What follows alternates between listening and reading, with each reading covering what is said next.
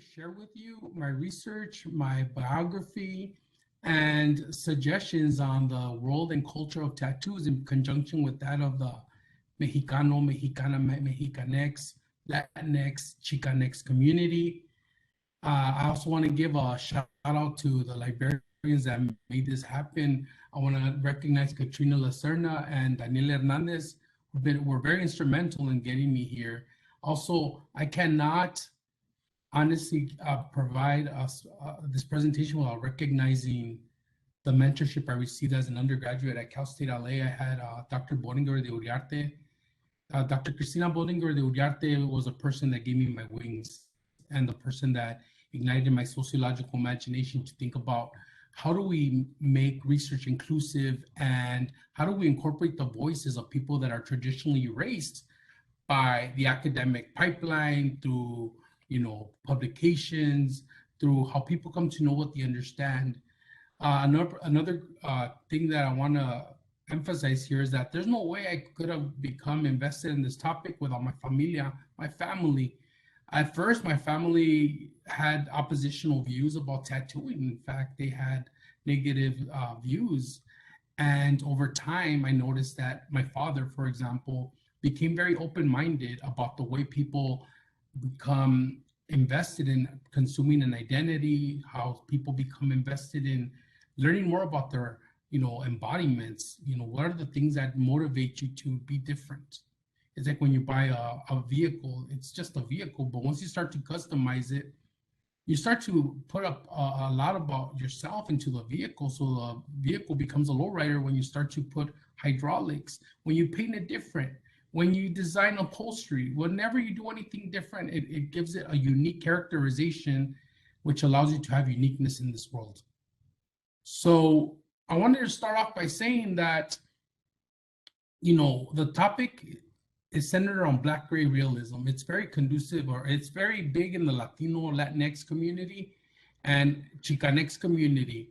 It is a tattoo tradition that started off in, prisons, correctional facilities. We see that a lot of our community members are impacted by the school to prison pipeline. They're affected by institutional racism. We're looking at the prison industrial complex, creating conditions that funnel our people into these systems. And while people are on the inside, they're marginalized, they're alienated, and people are always trying to find a hustle, trying to find out ways of, creating a unique identity, especially given the structures of oppression that exist in these gulags or these prisons. So this prison expression was never considered mainstream. We have what is called traditional tattooing. We have different forms of tattoo expression that have existed, which pretty much illuminate the aesthetics of white folk. White folks have always decided what is considered acceptable, what's chic, what's popular. But then all of a sudden, we came across artists that were formally institutionalized, like Freddie Negrete. Freddie Negrete is actually considered like the godfather of Black and gray tattoo expressions. He just recently published a book called Smile Now, Cry Later, and it really talks about his life histories and his involvement in the tattoo subculture and how it emerged into a big, trendy, popular culture expression today. So I recommend that book. It's a great read, and I really want to emphasize that he's one of the founding people. Another place to look at the custom or the meanings of tattoos is by looking at two core documentaries. The first one is LA Originals, and the second one is called Tattoo Land. It's centered around males.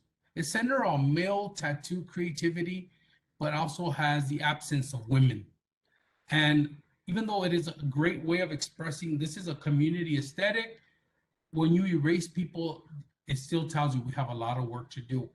So I wanted to just start off by saying that I feel very fortunate that when I started to do my research as an undergraduate, I was able to really understand a different expression, because a lot of these ideas that came out about tattooing came from a white middle class perspective.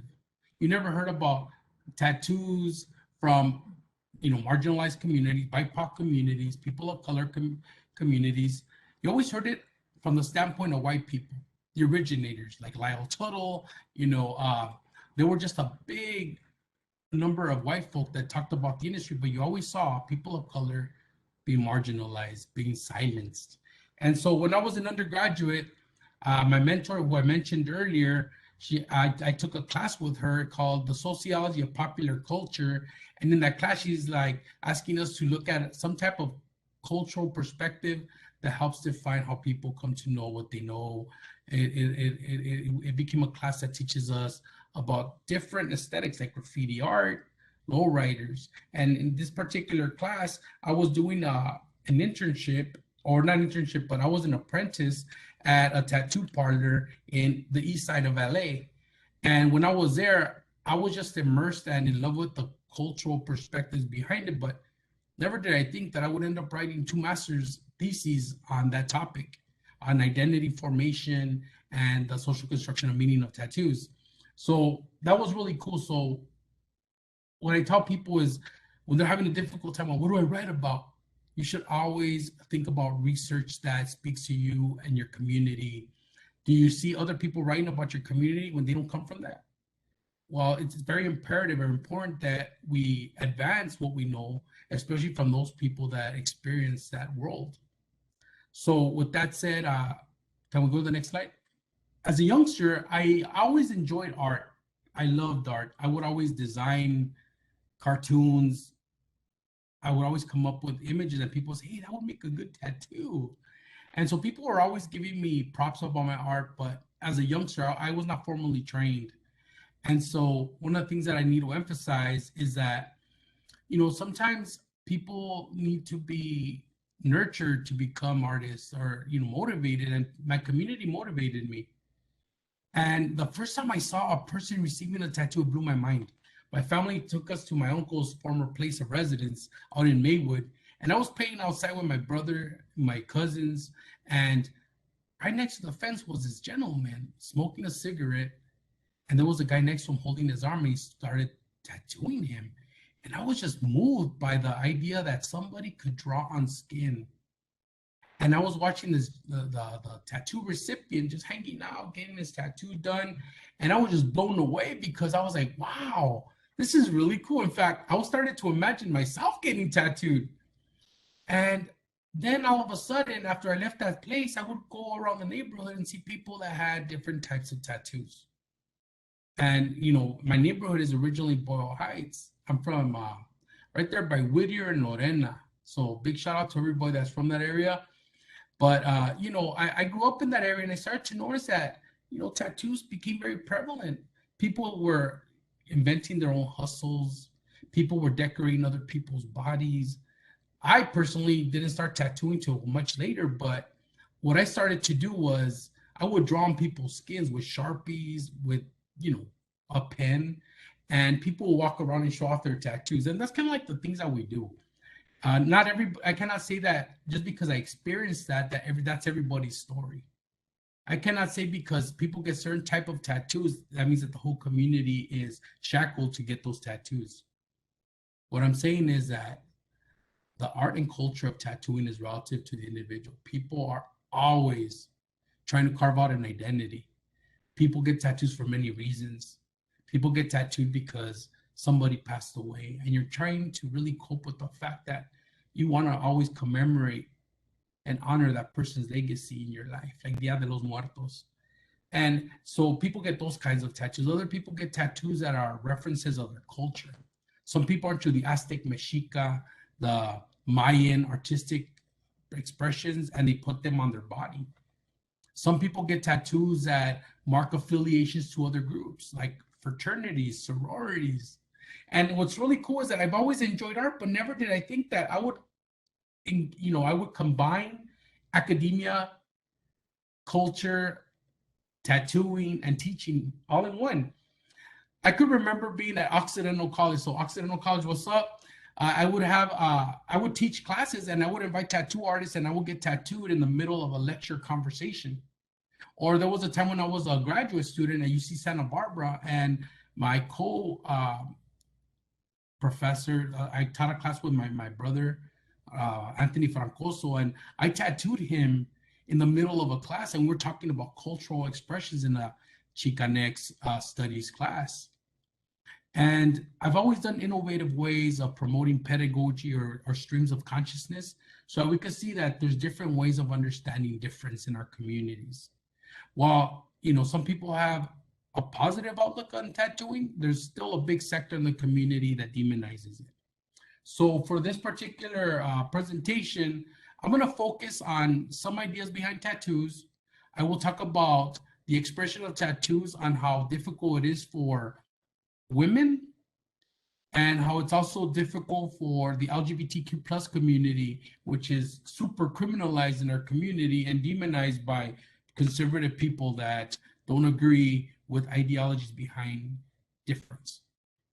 So I will talk a little bit about the different types of tattoos that are out there, and we'll just shoot the breeze and talk about any questions you may have. But I hope that at least through my conversations with you, we will be able to expand what we know. And one more thing, I might not cover everything about tattoos. I mean, the world is broad. I'm just covering certain parts of it and what I know. Now, if you really want to like go in depth, I really encourage you, when you're taking classes or you're just walking around in your neighborhood, going to tattoo shops, don't take for granted what's there. There's so much happening in these worlds. And so that's how I want to start this presentation. Next slide, please.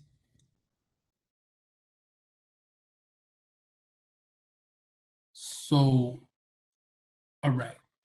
So like I said, I became immersed in the tattoo world, and I started to find out where you could buy tattoo equipment, because before buying it, I would see how the homies, the homeboys, the homegirls would make their own machines. They would make them out of things such as radios. They would use guitar string. They would create their own inks.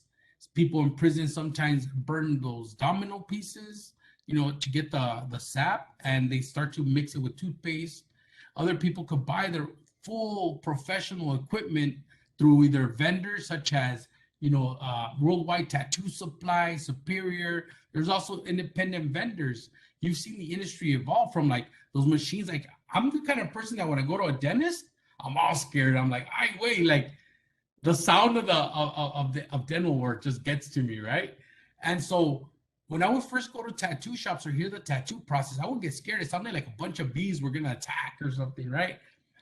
But as you become immersed in the field and you start to like experience tattooing, you start to normalize it. But now with the industry, you got machines that don't make noises. You have different ways of people manufacture and produce tattoos on your body. Now, there's people that manufacture them through the underground economy, right? We call it the informal economy, where you don't report your income from tattooing, but you're pretty much involved in the cash in hand economy. Those people we refer to as underground inkers, and a lot of people start off as underground inkers. The tattoo industry demonizes them and calls them scratchers because they're inexperienced. They're gonna, ruin the aesthetic of your natural skin. They say that they're going to scar you. They're going to permanently disable the beauty of your natural skin. But when I started off, I made some errors, but I still tried it. And I enjoyed doing it. It was amazing because you're almost like a magician. You're transforming people's self concepts. You're transforming people's relationship to others. You're transforming how people imagine themselves in the context of the larger community. So for me, tattooing became an amazing practice because it allowed me to work on people's skins. Over the years, like I said, I tattooed some of my friends, I tattooed professors, and till this day, I still have the equipment that I tattooed. Now, I'm not involved in the field as a professional tattoo artist like I used to, because I decided to pursue academia and pursue teaching full time. But for people in the industry, it's amazing.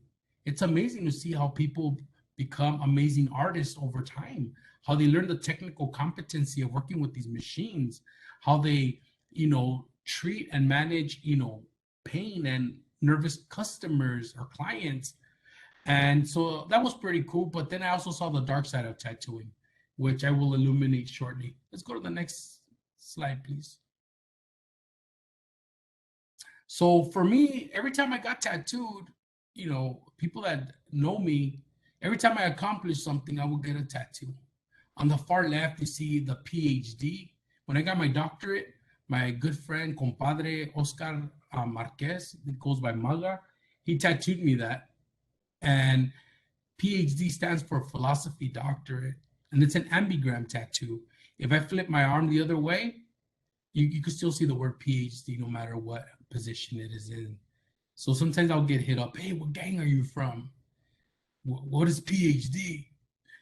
And people are like, I just mess with them. Like, oh, it means pendejo has a degree. But no, what it really means is that it's a philosophy doctor. It's my doctorate degree that I earned at the University of California, Santa Barbara. So I wanted to honor that.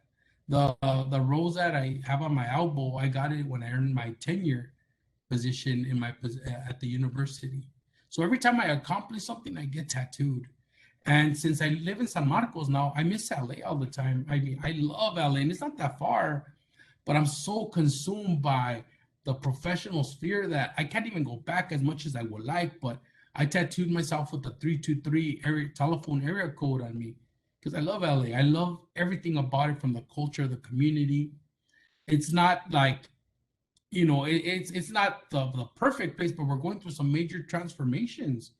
Boyle Heights, like most of LA, it's becoming increasingly policed. It's super surveilled. We got gang injunctions. We have, saturated policing. We have unemployment. We have, gentrification in every aspect of the community, urban renewal, restoration. We're seeing that, a demographic shift. They used to be very Mexican, right? And now you're noticing that you're seeing white folk, you're seeing communities transform, lofts, rents are going up, unemployment is skyrocketing. And so when I'm in LA, I'm noticing difference.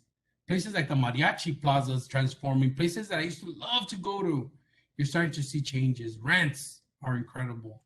But, my transformation on tattooing became apparent as I started to come across amazing artists, and I really enjoyed their work. So from the street level, I got tattooed by Maga. I also got tattooed by Johnny Ayala. I got tattooed by Flax, all amazing artists with a reputable stance in the community. And so one of the things I need to say is that getting tattooed is different when you get tattooed in somebody's garage, backyard, versus out of a tattoo shop or a parlor or a studio.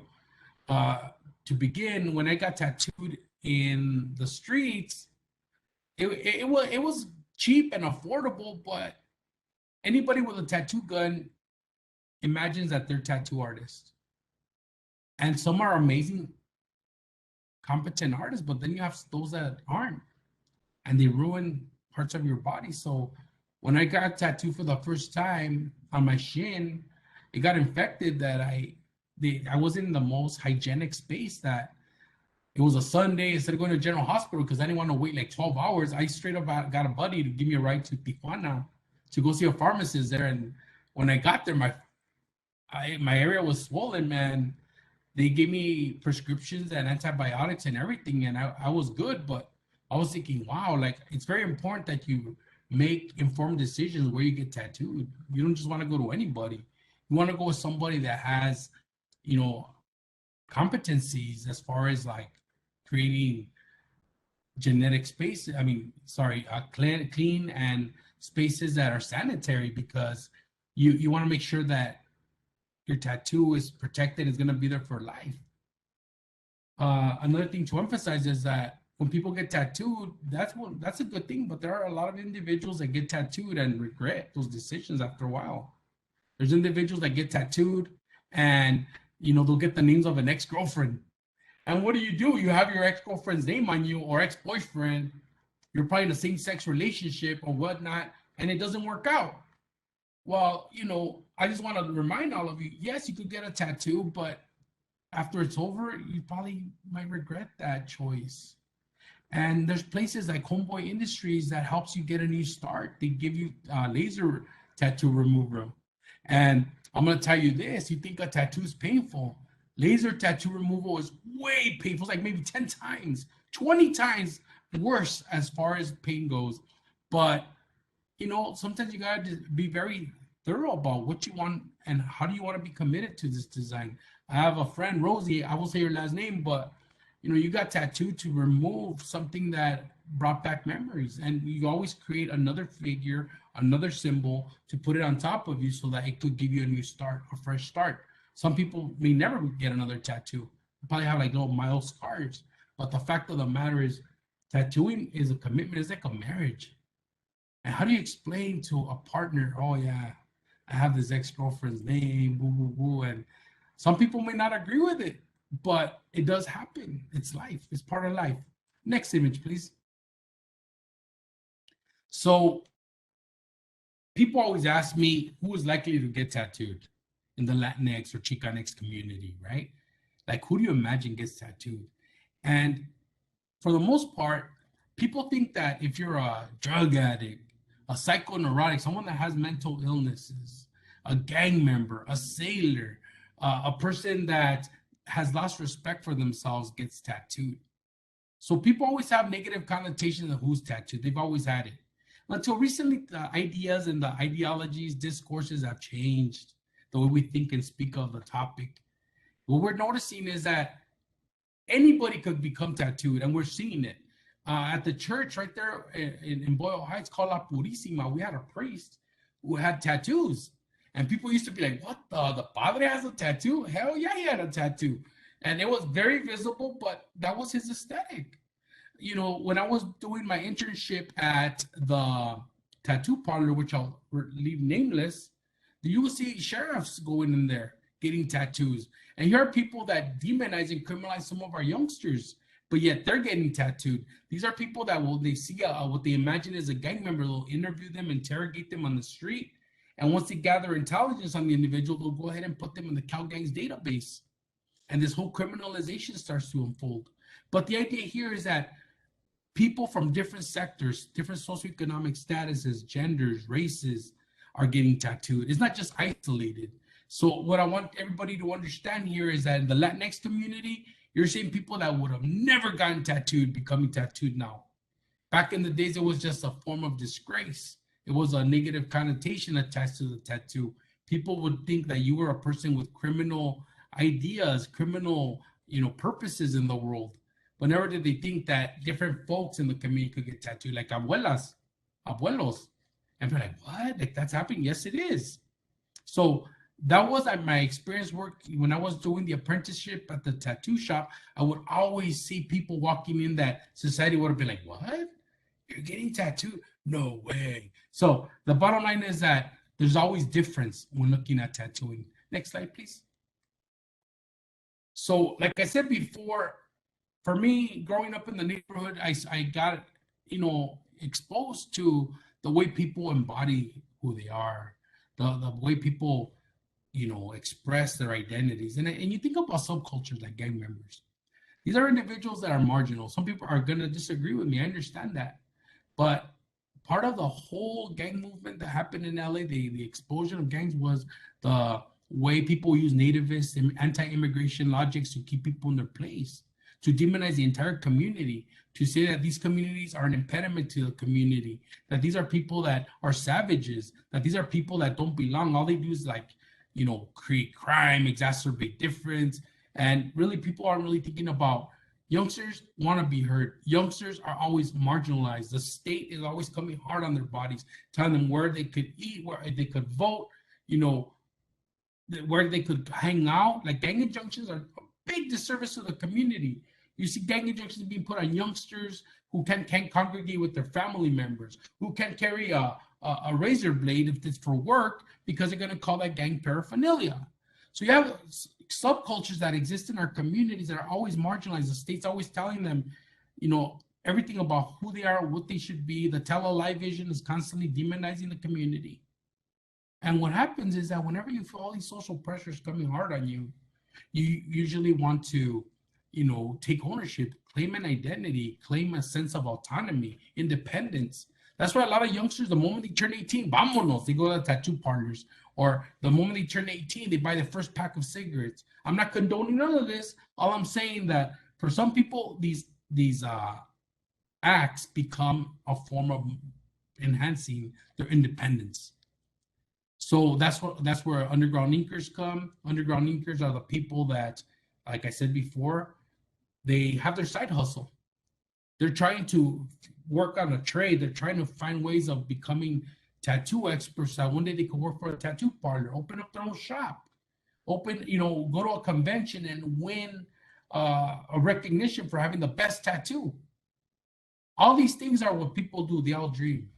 People in the Latinx community have been marginalized. We're affected through coloniality. We're affected through racism. We're affected through nativism. That everybody's just trying to coexist in a system that perpetually and they deliberately discriminate against people in our communities. Mass incarceration is big. So you're seeing people that are resisting. We call that in academia counter hegemony, when you're trying to change the ideas that promote the domination of one group and the subordination of another through conscious and unconscious means. So when people are getting tattooed, it's like saying, F you. I'm getting my tattoo because it's about me. It's about my choice. It's about how I identify in conjunction with people from my community, right? But not everybody has it easy. And I'll talk about that shortly. Go to the next slide, Daniel. So whenever you go to a tattoo shops mirror ideas. They mirror the ideas behind the artists. If you go to a tattoo shop in like East LA or Boyle Heights, you might see a lot of images that represent indigeneity, or you may have images that promote heteronormativity or ideas that promote class. But what you're seeing at the tattoo parlor are the tastes of individual tattoo artists, their stations, the inks, the machinery, the way they try to promote sanitation, keeping the place super clean, right? Sometimes you could find albums with photographs of people that tattoo artists have worked on, and it gives you an idea of whether the artist is good, whether the artist has an amazing skill set, right? Or what you'll find is people receiving tattoos inside of these places, or you'll see gender performances that are different. For example, you will find men that go to tattoo shops alone. That's the common trend. Women, on the other hand, go in groups. They bring their comadres, their friends, their sisters. They're there as a unit, and they're giving each other props, like, hang in there. Everything's going to be all right. But, in some of these places, you see guys that really perform masculinity, and they're trying to show, like, check me out, I'm buff, I could take pain. And you'll see guys that are straight off fainting in the middle of the tattoo process. You'll see guys on the floor fainted, and the tattoo artist might say, fuck it, I got to get this thing done. And they'll tattoo the person while they're fainted. It does happen. Now, the idea here is that these places become spaces of cultural identity, places where people purchase an identity. There's a lot of things that happen in there. There's sexism. There's definite sexism in some of the tattoo parlors that I went to. You find that it's a male-dominated tattoo artist group. And so men objectify women.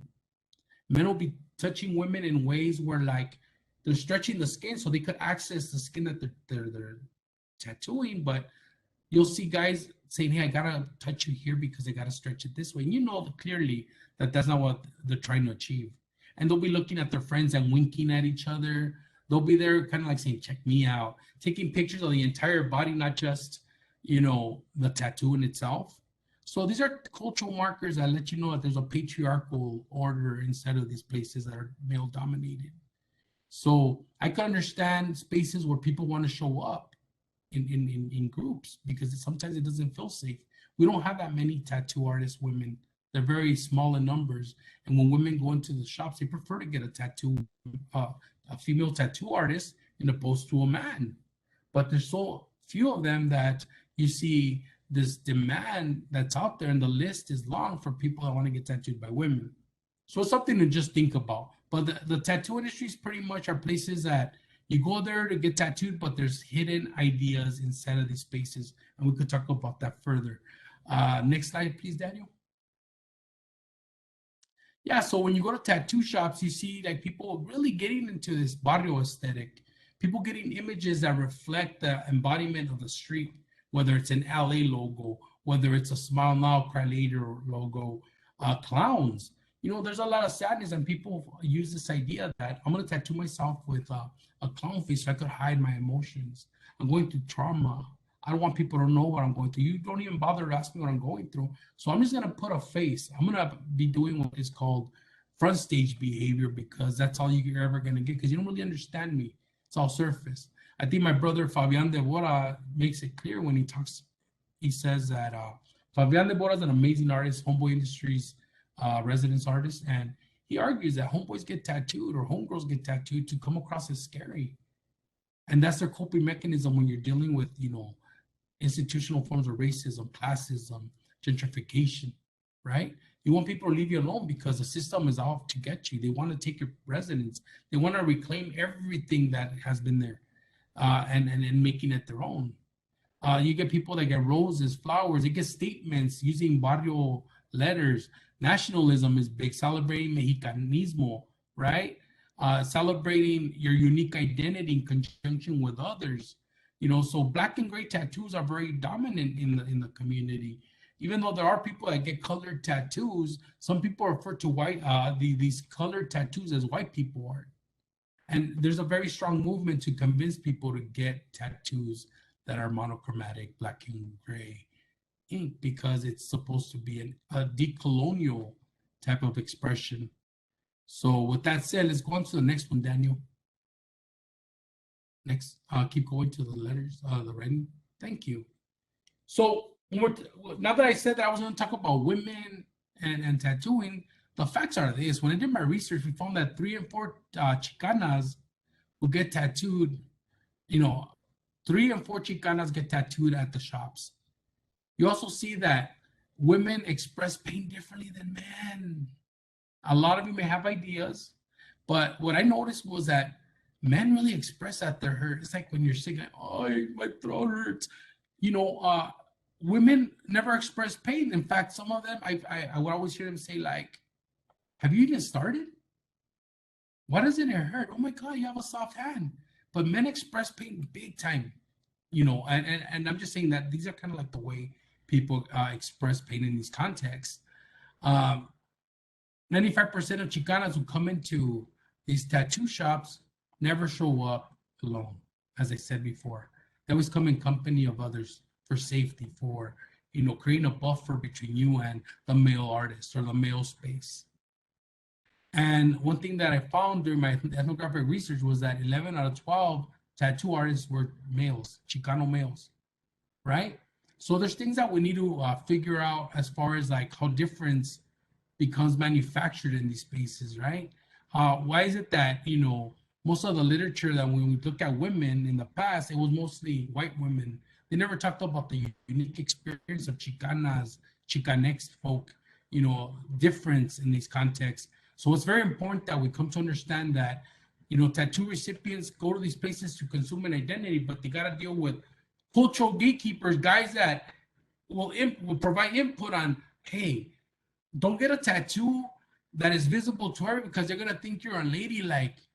They're going to think that, it is, they'll use the negative connotation, like they'll say that they'll think you're promiscuous, whatnot.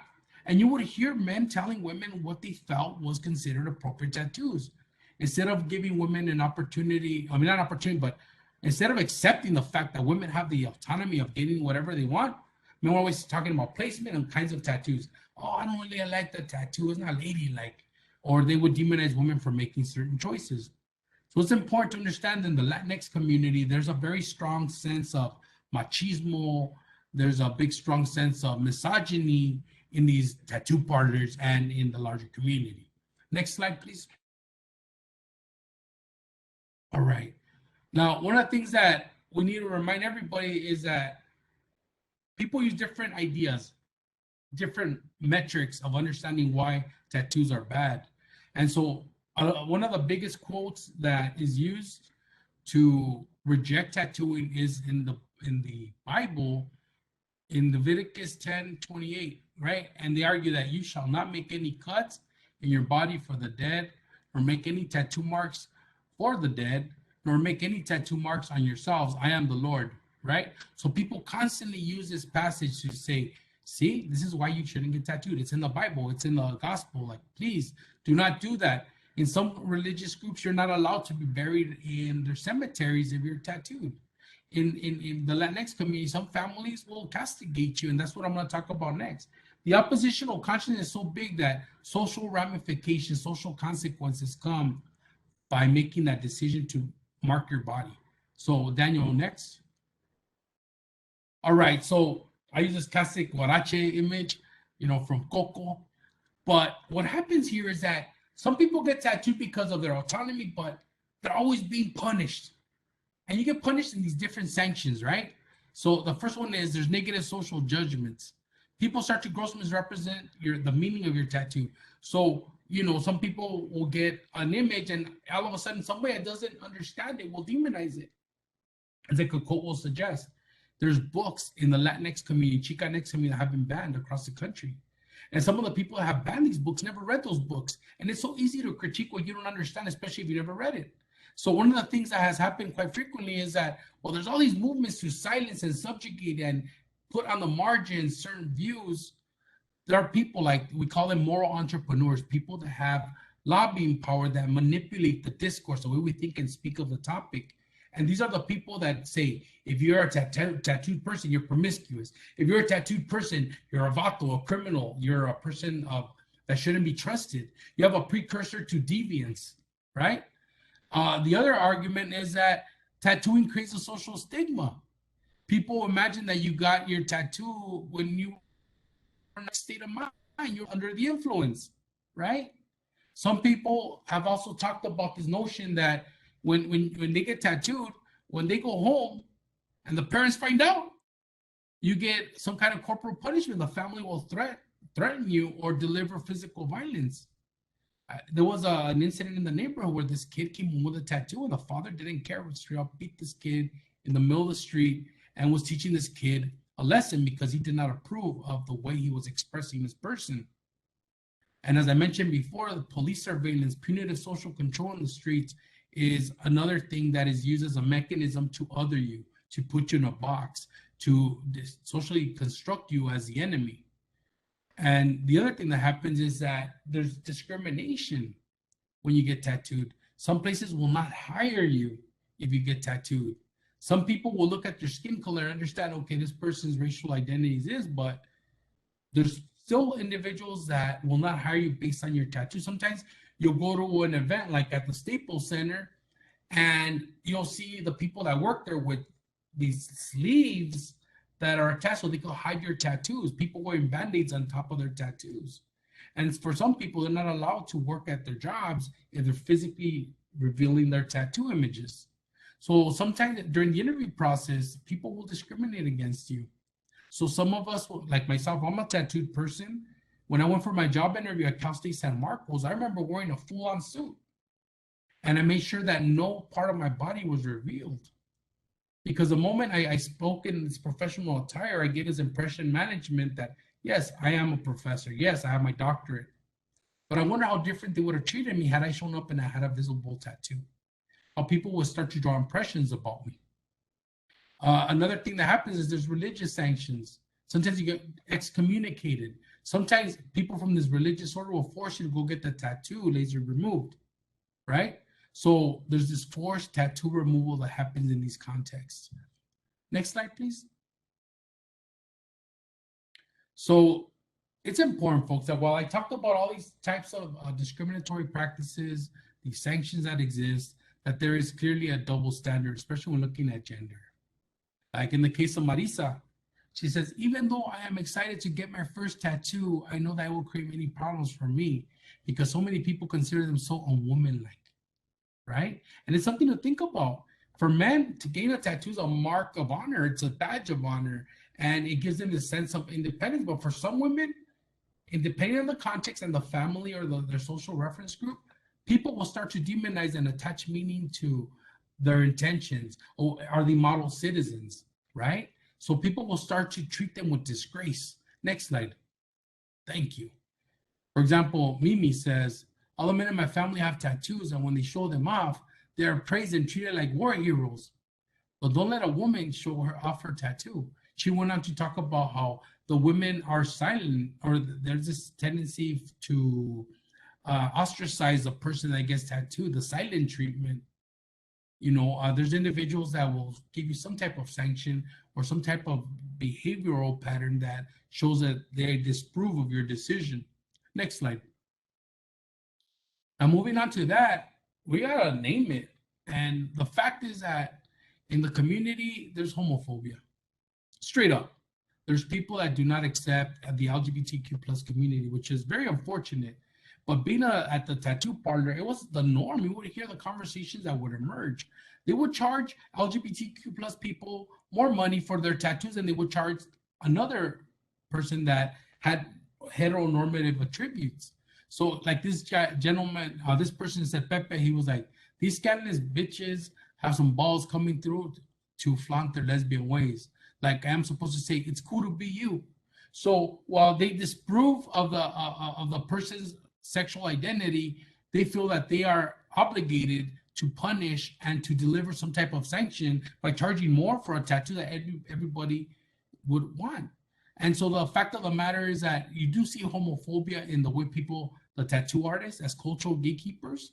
They define who has access to affordable tattoos, and they punish those that do not fit the paradigm of being different. Next slide, please. And I had a homegirl talk about her identity at, dealing with this idea of homophobia in the community. She's like, as an educated queer Chicana, I am aware of homophobia keeps people like me in my place, especially in the East Side, in Boyle Heights, East LA. My community, schools, families do not encourage me to openly express why I'm in public. So people expect LGBTQ plus people to be in the closet, to not share or to take ownership of their identity publicly. They expect people to keep it on the down low. They expect people to not openly express how proud they are of their embodiments. Like in the spirit of Gloria Anzaldúa, how nobody has a right to judge who you are based on all your intersectional identities, whether you're LGBTQ plus, a woman, indigenous. Like you have to own it and be proud of it. You have to reveal this energy that shows that you are proud of who you are and you make no apologies for who you are. And we have a long way to go in our communities. We have people that are still homophobic. I've been around male circles where people refer to each other in negative ways, especially when looking at sexuality. And so the thing is that we have a lot of work to do in the community by educating our families. Some of our instructors are your teachers, mass produce these ideas by talking in ways that promote homophobia. So we got to change how the television expresses a difference. We got to change the way families talk to each other about difference. And I really, really, really think that tattoo artists need to be educated on how to embrace and love our brothers and sisters, especially the LGBTQ plus folk and women. Next slide, please. Racial identity is big too. Remember, I said that monochromatic, black and gray is more of a Latinx, Chicanx expression. And so the bottom line is that, we got to understand racial identity. And so Xochitl was really cool about talking about her identity as a woman of color. She's like, the purpose of this tattoo is to put all women of color and la mujer at the center of my cultura. My goal is to educate myself about my cultura and to inform others too. White America tries to erase us, ban books, treat us like our lives don't matter. Our blood is red and my race should be respected. So there are people that really try to put themselves out there by claiming like, a transnational identity, claiming a racial identity, whereas a pan-ethnic one, whether it's one of that's, Chicanx, or even celebrating Afro-Latinidades, right? There's a lot of stuff of racial identity that's not expressed in everyday discourse. But what I found was that people get tattoos where they embrace both. For example, Black skin tattoo recipients who really want to honor their Black identity and their Chicanx identity, sometimes even their sexual identity in the tattoo. So for a lot of people, racial identity becomes important, especially when there's these strong movements. Let's not talk about critical race theory because it offends a white person. Nah, man, we got to really put at the center the narratives and the voices that we constantly erase. So, in the tattoo expressions, you're seeing that people find innovative ways of expressing their cultural identities, their racial identities, and, their connections to the U.S. Southwest. So next slide, please. Cultural nationalism, that's very big. Here's Brenda saying, yes, I run the risk of being called a sellout because I am getting my friducha in full color. Just before I came to this shop, my two sisters said that I was not Chicana since I was buying into the white thing, right? Getting colored tattoos, like I said before, something that's demonized. But for a lot of people, tattoos become a way of celebrating your connection with your South Salvadoran, whether you're from Peru, whether you're from, Costa Rica, whether you're Mexicana, Mexicano, Mexicanex. It's a way of celebrating your connection to other people from a geopolitical space. And what you see here in a space that celebrates whiteness, you see people are trying to cling and carve an identity, especially when they see that, you're being castigated for speaking Spanish, you're being castigated for showing pride of your cultural identity. So cultural nationalism is a big motivational force for people to get tattooed. Next slide, please. And for other people, tattoos become a form of liberation. Sylvia says, so what if getting a tattoo on my back is unladylike? Fuck people who can't keep their eyes off me when I wear a bathing suit. So what if people think bad things about me when I'm getting married? So for a lot of people, becoming tattooed is very symbolic. For a lot of people, getting tattooed is promoting liberation, where at the end of the line, it's all about you. It's all about your pride. It's all about what makes you happy, how you connect to other people. It's like when, I would tattoo when I was at Cal State LA, and I would get invited to do tattoos at fraternity houses. All these guys were getting their same logo, the same Greek letter, right? And some people are like, why are you getting those Greek letters? Like, you're from Greece, homie. But yet people are still celebrating solidarity among and between each other. They're celebrating, here's my first time that I get to connect with people that I get to choose, an extended family. I'm not just about my immediate family, my biological, but here I get to decide who my family is. For some people, it liberates you from, falling under the conventions of heteronormativity or falling under the conventions of patriarchal thought. It gives you a chance to really become the person that you desire, to become the architect of your own life, to design the person who you want by your rules, not by anybody else's. Challenging those cultural gatekeepers to tell you what to get. And there are people that will tell the tattoo artist, no, thank you for your suggestion, and I respectfully disagree with you, but I want to get what I'm paying for. And I admire that, because a lot of people should use their voice. They should question the powers that be. So next slide, please. So through my talk, there's a couple of conclusive arguments that I make.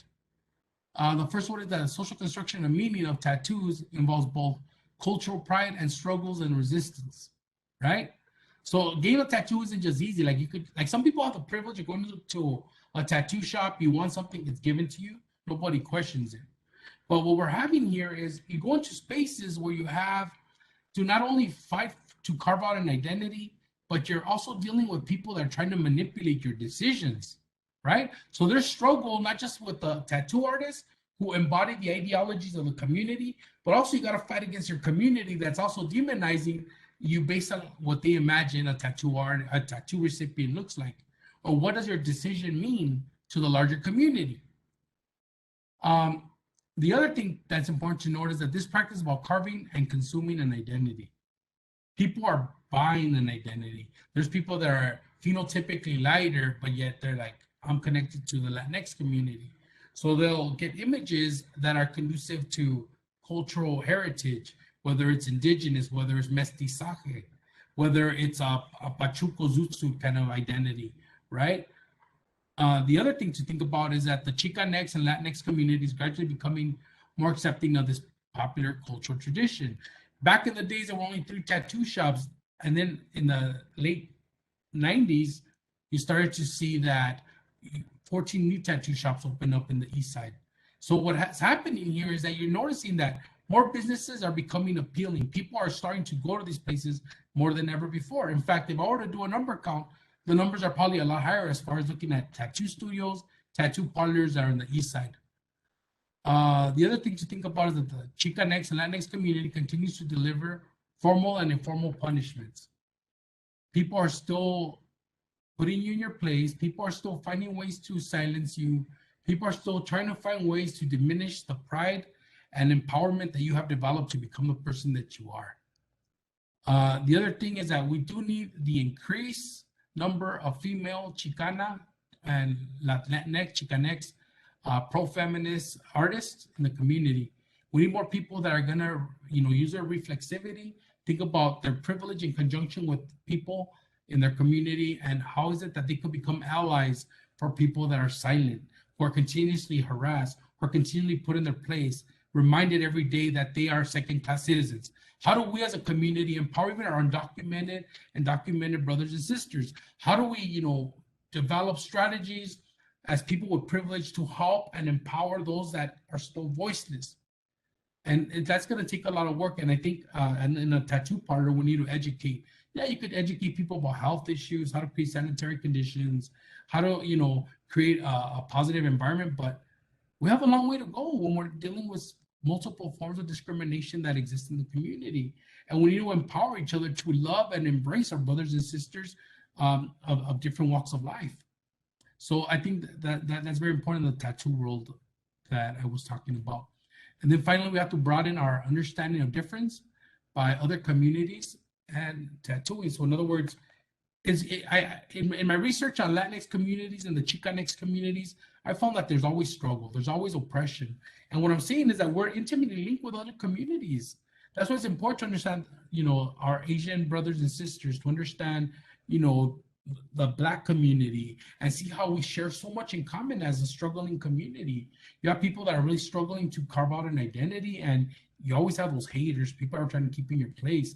And so it's important to understand the stories and narratives of other people that are getting tattooed, because for the most part, we've got a long way as far as like looking at difference, but we still need to incorporate more stories. We got to incorporate the undocumented story of folks in American society getting tattooed. Women, mothers, people that are struggling in their everydayness, looking at intersectionalities, looking at difference, and yes, honoring critical race theory as a logic to understand difference. So with that said, I'm done. Any questions? Let's open it up. Yeah, we have a lot of really great questions and comments from the audience. I'm sending them over to you right now, Daniel. But the very first question that we got, Dr. Santos, was, what in particular made you want to shift from tattooing to academia? That's a good question. That's an excellent question. Thanks for asking that.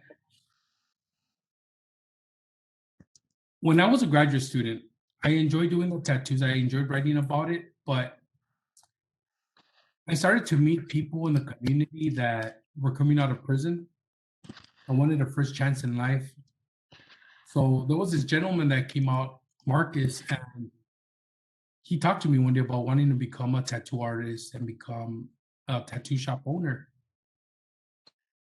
And I was thinking, damn, like I'm tattooing graduate students at UCSB, I'm tattooing all these people, but I'm spread thin because I gotta take all these courseworks.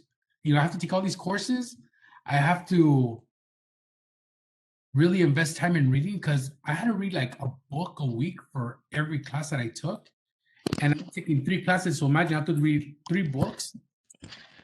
And I was like spread thin. And I'm like, I better find an excuse to tell people I don't tattoo no more. So when I met Marcus, I asked Marcus, hey, do you want to buy my tattoo equipment? I'll give it to you super cheap just to help you out.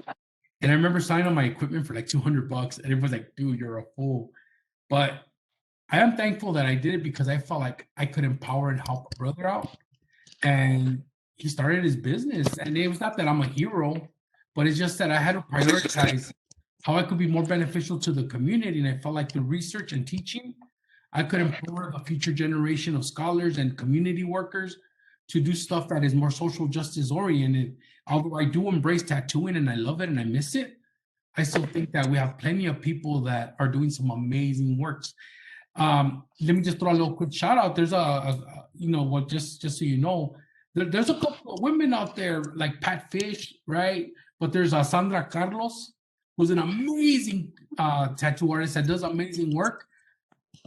There are people that started off through mentorship. This idea that there are people that give they use their platform to empower other people.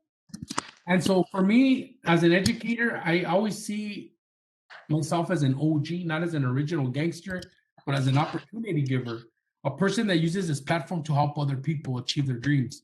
And I was achieving my dream through education. So I felt like it's okay to give up tattooing so I could start doing stuff to make a difference in the larger community. And see, and to talk about it here academically and also from a lived experience perspective through my own epistemology. Great. Thank you for those insights. Actually, it have changed my my look. I know a lot of people that have had tattoos in the Chicanx community, but it really widened the issues and the culture behind it. So we have a few other questions. So is there a good way to pick a tattoo for first timers? Do you have advice for those interested in getting into tattoo in their traditional language, but are not literate in it? Well, that's a very good question. Can I tell you what not to do? Don't go into a tattoo parlor and they have what they call tattoo flash, which is like stencils or different art pieces. Please avoid those because chances are that when you get that tattoo and you walk around somewhere, you go to Venice Beach, you'll be like, oh man, or like, we got the same tattoo.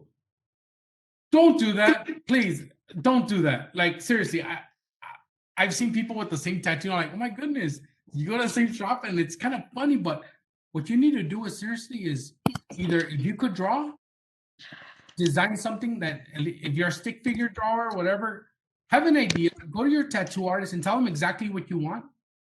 They might give you suggestions, but if you really fixate on what you want, express that. Go to an artist that's gonna understand your culture. That's really understanding of it. I remember going to a Santa Barbara tattoo parlor, and this white dude was like, I won't tattoo you unless you tell me what the meaning of the tattoo is. And I felt uncomfortable. Why do I have to give you all this information? I did all my research. Why is it so easy for you to Columbus my ideas? So no, I resisted it.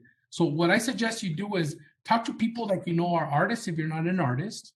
Talk to friends that design or commission somebody to come out with your design. There's all these places that you could look at for ideas like Pinterest. You could look at you could hit up your different friends on social media. People will recommend artists. It's always word of mouth that helps, the reputation that people have. People always ask me where I get my tattoo because some people like the work that I have. And so what I do is I introduce to them people that are conscious, people that I would trust with my life who are not homophobic, people that are accepting of difference. They're not misogynistic. So that's why I brought up my tattoo artist, Johnny Ayala from, Reservoir Tattoo. Amazing guy, does amazing work. And he's very respectful of difference. So that's my suggestion to you. Don't just get a tattoo because it's on the wall, or don't just get something because a tattoo artist thinks that decision that you're going to make is really cool because they came up with the idea. No, it's going to be on your body forever. And you don't want to, like I can't express that enough. You don't want to walk around with a branding on your body that you're ashamed of.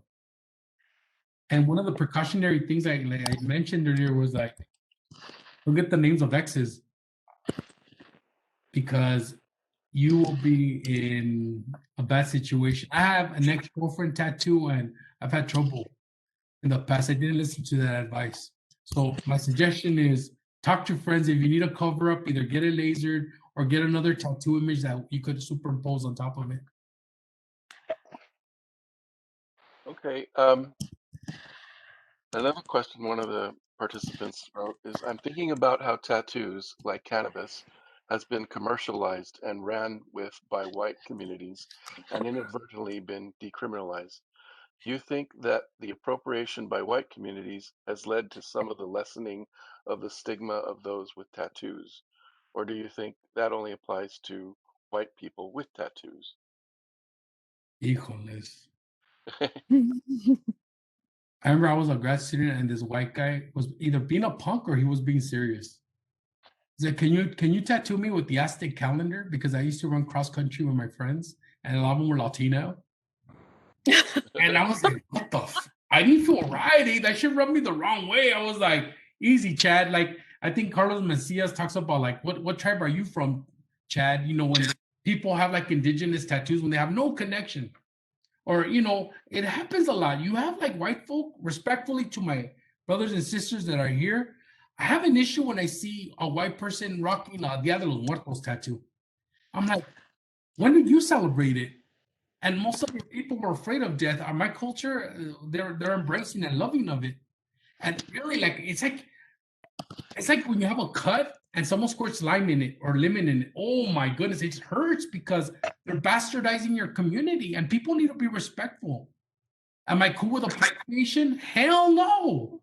I'm not cool with, it's like when you look at Nike Cortez or even clothes that people wear, certain cultures wear it because it was affordable. But all of a sudden, white people took it over, and man, Cortezes are expensive. Things that you could afford at the swap meet have been appropriated. Now you cannot get it. It's like tattoos too. I don't like seeing when people get a Frida Kahlo on them, especially because they think it's really cool. Oh my God, I'm so liberal. Like, check me out. No, that's not acceptable. You do not do that, because what you're doing is you're slapping everybody. It's like when he was trying to, they were trying to copyright Dia de los Muertos as a concept. It was disgusting. It was disturbing. And you're seeing corporations doing that. And when it does it, it reminds other people that it's okay to Columbus other cultures. You don't do that.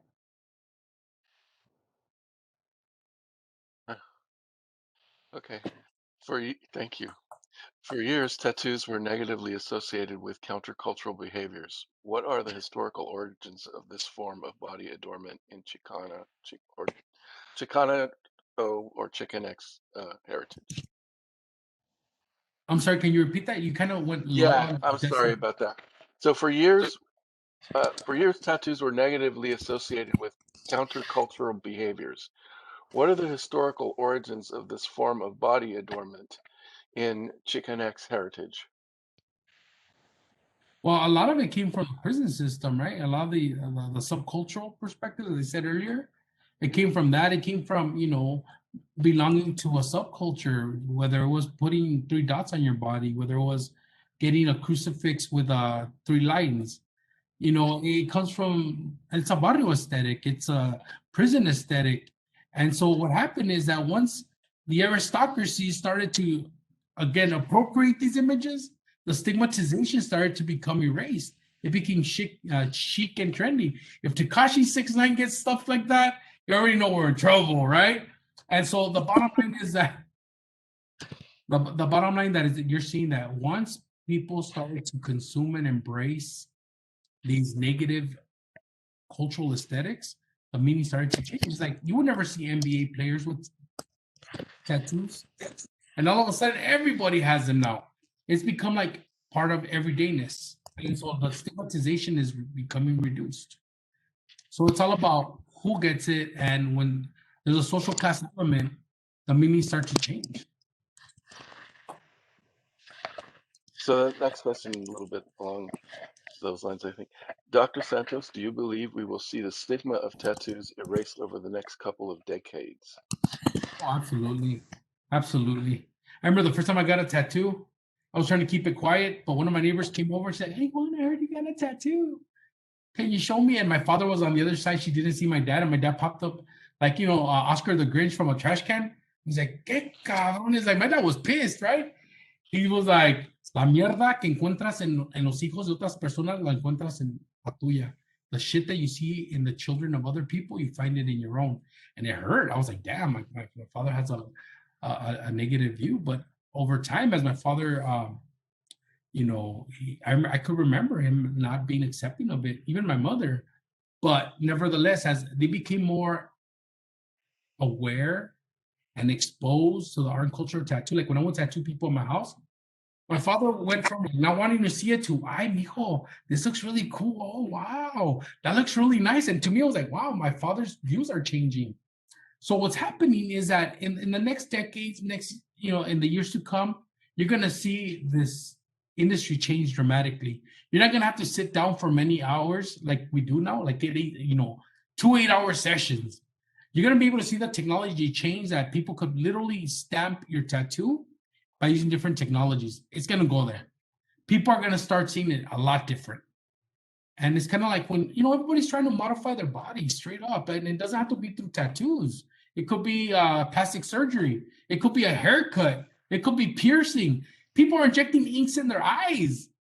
And even though right now we're kind of like, hey, wait, why would you tattoo put ink in your eyes, in the whites of your eyes? I predict that in the future we're gonna have a different aesthetic. People are gonna start normalizing it and accepting it, right? And we're seeing changes. We're seeing people that have Brazilian butt lifts that you would never see before. You're like, hey, wait, what is this? Like, it's part of the aesthetics. As we evolve as people, we're gonna find different things to change of our bodies. I'm short. I'm a short guy, and if I wanted to, I could become a 6-foot person. They do adjustments to your skeletal frame, and I could be a tall person if I want. I could pay for it, or it's gonna cost you money. So the bottom line is we're seeing the evolution of tattoos change. If I saw a priest with a tattoo, who knows? Maybe one of you will be tattooed when you become governor or president. A similar question came along, Dr. Santos.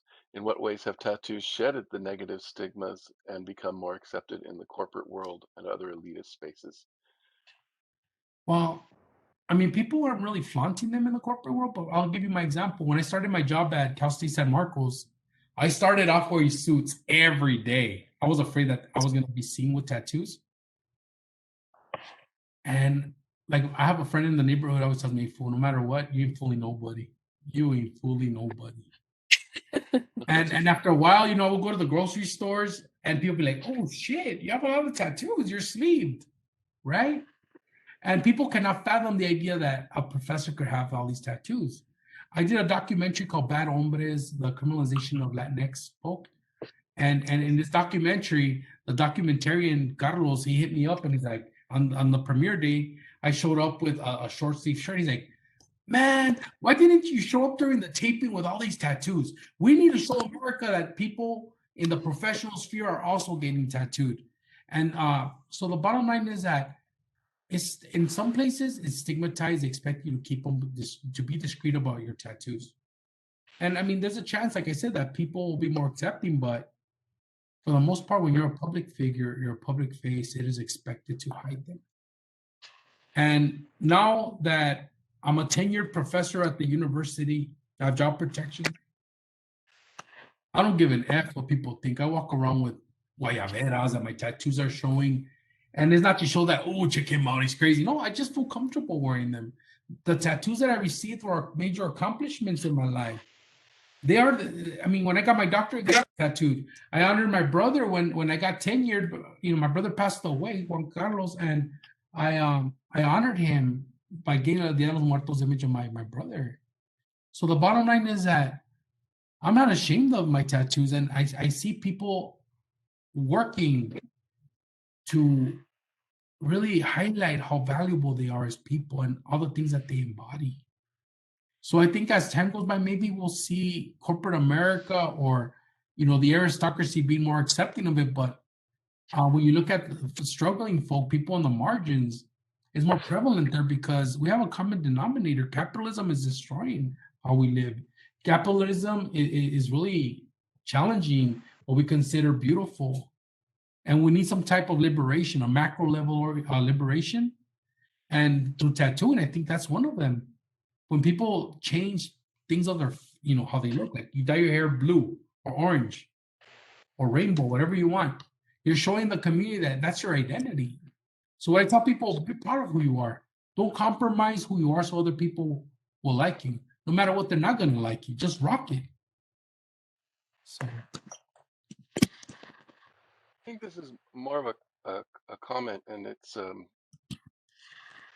indicative of what you're helping us understand since here. I'm a stereotypical white person who's long admired the Chicanx Latinx style of tattooing. It's only something I'm beginning to appreciate in a more comprehensive manner rather than just the aesthetics. So, and I think I agree with them too. Even though I'm a Latinx person, I am starting to appreciate it much more. So, thank you a lot for that. Then we have another question. In the case of someone like me, can you give the sense of where the line between appreciation and appropriation may lie? That's a complicated question. Thank you for asking that, but I think it's relative to the individual. I know people that are cool with other folk getting appropriation style tattoos. They're actually Latinx people, tattoo artists that have tattooed white people with, Latinx images, indigenous images. I know people that have done it, but I'm not okay with it. But other people might. They're like, well, I see it as an income generation strategy. You want that? I'll do it for you, right? So it's all relative to the individual to define that fine line. But I'm against it. I wouldn't even have a thin line.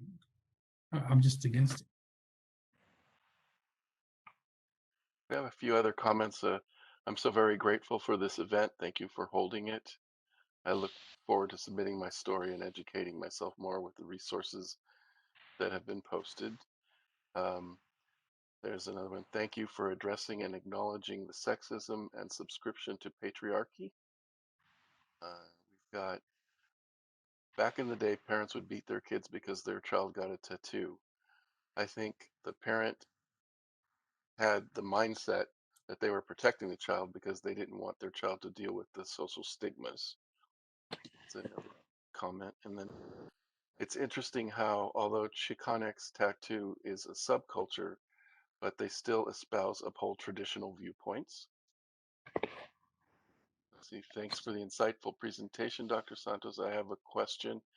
You mentioned your experience making sure you were covered up during your interview at CSU San Marcos.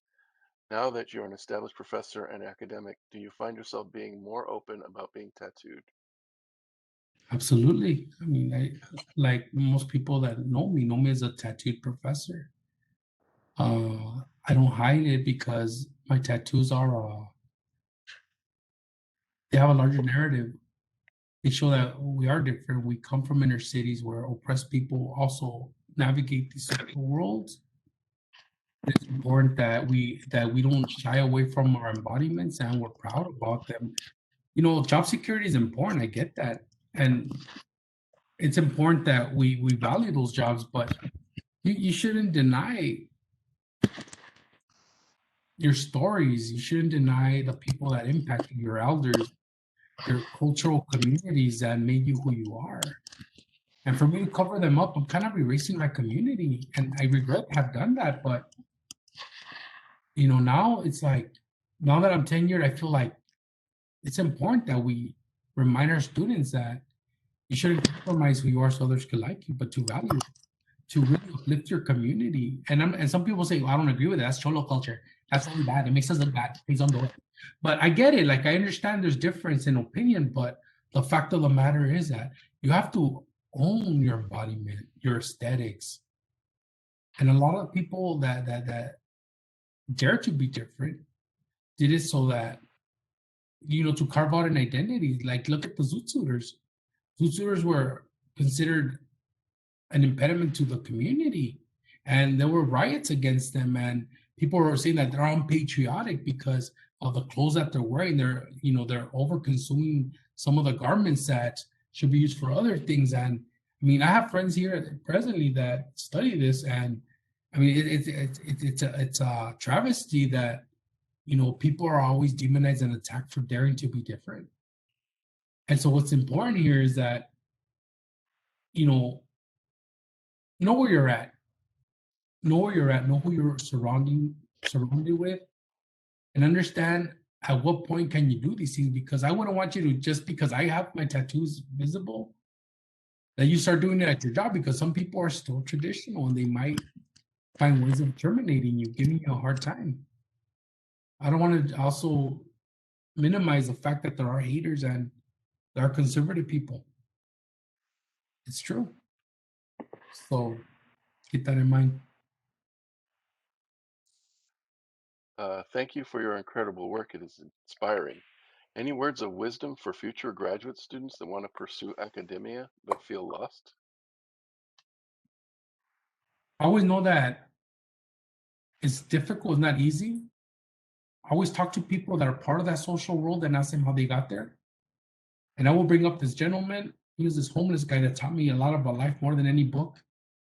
And he told me that the best way to succeed in life is by applying 4 metrics in your everydayness: plan, attitude, action, response. Don't just go into the world and think I'm going to be a grad student, but plan effectively.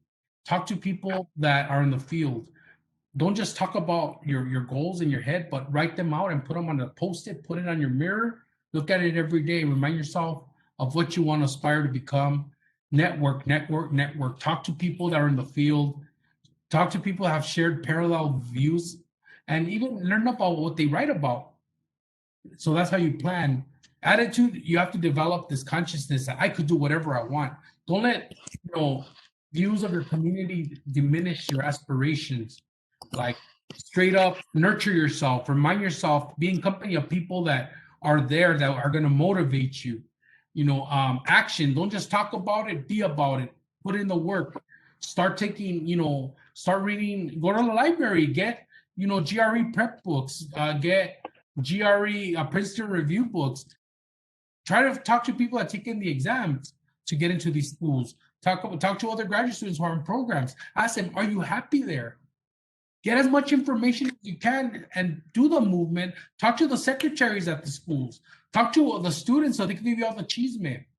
And then most importantly, plan, attitude, action, and then finally response. You're there because you're doing exactly what I'm doing. You're writing theses, you're sharing knowledge to the larger community, you're showing value and changing the ideology of something that was negative to something positive. You're reminding people that we have to be open-minded and you got to transform the way we operate in our everydayness. How do we challenge homophobia? How do we honor the views and experience of our trans community, LGBTQ plus community? How do we become better allies to our women in our communities? How do we, embrace difference in our communities? So plan, attitude, action, response. You start to see that your labor is transforming lives, or you're giving your community a different outlook. That's why I gave up tattooing as an artist, because I felt like through academia, research, creative activities, things could be changed.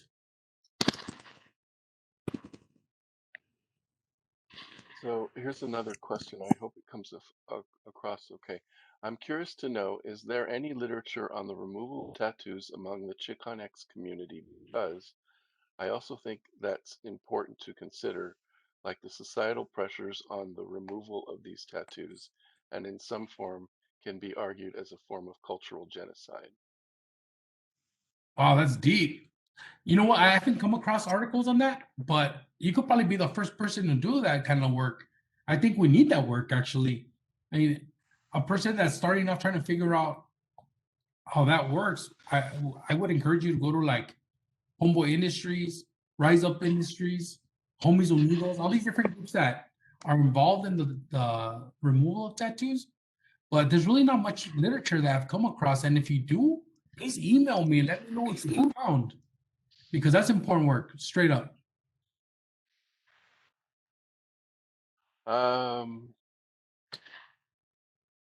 Do you think that the loss of stigma with tattoos also have a negative effect in that it makes more people treat it like appropriation and get them because it's trendy? It could be. It could be. I think I answered that question in a previous. Yeah, yeah. I'm reading along so nobody feels left out, so Okay. there might be some little overlap here. Um, let's see, Dr. Santos, is there a heritage to Chicano tattoo body adornment that predates the prison culture beginnings you mentioned? Of course. I mean, there were indigenous cultures that did this type of, they call it primitive aesthetics. I don't like the term, but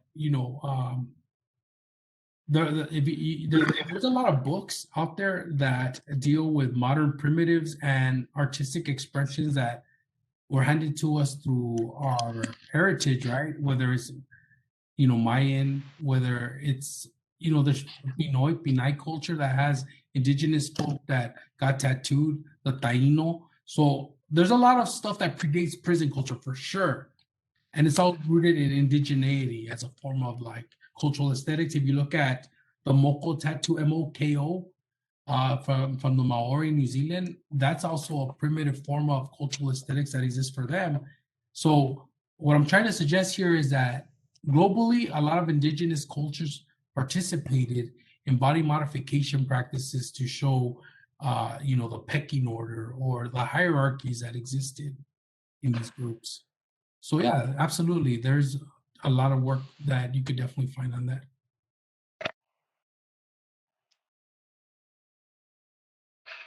Good question. That was the last question we could get to. So I just want to really thank you again for your understanding and ability to help us understand these issues and the importance of Chicano tattooing. And yeah, thank you so much. No, it's my honor and privilege. I'm actually here in Cal State Fullerton. I'm part of the Project Rebound conference that's happening, and so I'm really grateful for them for letting me do this with all of you, and also thank you to everybody that's part of the LA County Library system. Thank you for inviting me, and much love and respect to all of you. And don't hesitate to hit me up. You can find me. You could email me xsantos@csusm.edu. I'm on the university website too. If you want to look me up, but let's chop it up. Well, thank you again, and there are also quite a few comments thanking you on the chat. Okay. So Thank you. Katrina, are you there? Sorry, I had to unmute myself. Yes, thank you so much, Dr. Santos. This was really amazing and such a great way to kick off our tattoo series. So thank you so much, Dr. Santos, for such an insightful, really wonderful program. And I also want to thank the audience for being so amazing and having such great insights to share with us. And there was a lot of mention of your own personal tattoos. So I'd like to encourage everyone. I did put the link in the chat. We are doing, in conjunction with the Stories on Skin tattoo series, we are doing a community tattoo photo exhibit where you can share your tattoo stories. The link is there in the chat. And you can also visit us online to register for the other programs in our tattoo series, which are going to be happening the rest of December. That's on lacountylibrary.org/stories- on-skin. Again, the link is in the chat if you scroll through. So before we do say goodbye for the day, I'd like to please ask that you fill out a short audience survey. I'll post the link. It is in the chat. It will really help us out for future programs. So thank you in advance for filling that out. And again, please make sure to check out the other programs in our Stories on Skin series. We have 2 more virtual events planned. Next Saturday, we will be joined by tattoo artist James Spooner for tattooing the African diaspora. Thank you for joining us today. We hope you have enjoyed Chicanx Tattoo Traditions. Look for more information about our virtual programs in our weekly virtual programming e-newsletter and the virtual programming page of our library website, lacountylibrary.org. For the latest news and events, please follow us on Facebook, Instagram, and Twitter. You know the usual. Our handle is @LA County Library. Please stay safe and have a wonderful rest of your day.